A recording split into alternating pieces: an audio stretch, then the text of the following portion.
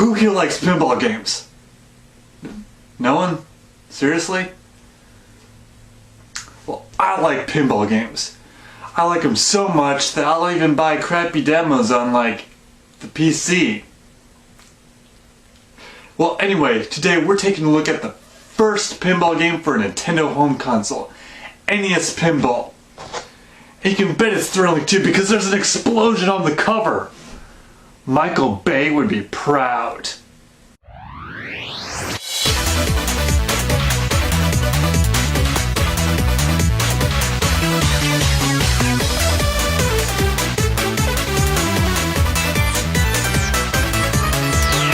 NES Pinball features 4 modes, a 1-player Game A and Game B, and a 2-player Game A and Game B. I'm not sure what the difference is between games A and B, except for some reason B seems to be faster and a bit more hectic.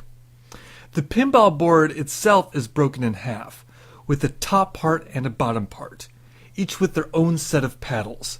It's an interesting way to make it feel like it's a full pinball board while still playing on one screen at a time. Just like normal pinball, you have your standard bumpers and things that light up and make noise when they are hit.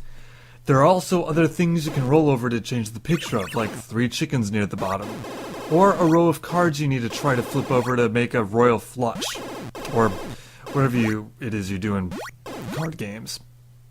The big feature is the bonus game you can find if you sink your ball into the right spot on the board. This takes you to a 3rd screen where you control Mario in a weird breakout type game where you have to move him back and forth. And you have to knock this ball around the board, and I think you have to try to free Paulina at the top of the screen. However, don't take my word for it, as I could never get her out. I did light up numbers though, so that's something. Yay numbers! Woo! Controlling the game is really simple. B launches the ball. Any one of the directional buttons will control the left flipper, and the A button or B button will control your right flipper.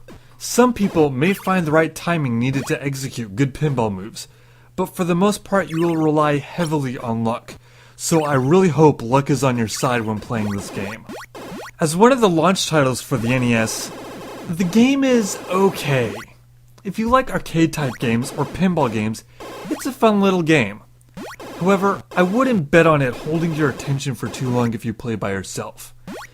If you had a friend with you or playing this retro game at a party, I could see people trying to one-up the previous person's score, and it might be more enjoyable that way as a party game. So for what it is, pinball is a nice little gem on the NES that could find a place in your collection if you collect NES cartridges. And you can find it a couple places. You're sure to find it at a used video game store if you want a physical copy. It was also part of the Animal Crossing for GameCube secret NES games. You can find it on the Game Boy Advance if you get an e-reader card and slider, although that's really hard to find nowadays. However, the most accessible place to find it if you want to try this little gem out is on the Wii or Wii U Virtual Console for about $5. And hey, maybe you can be nostalgic for this little gem as well.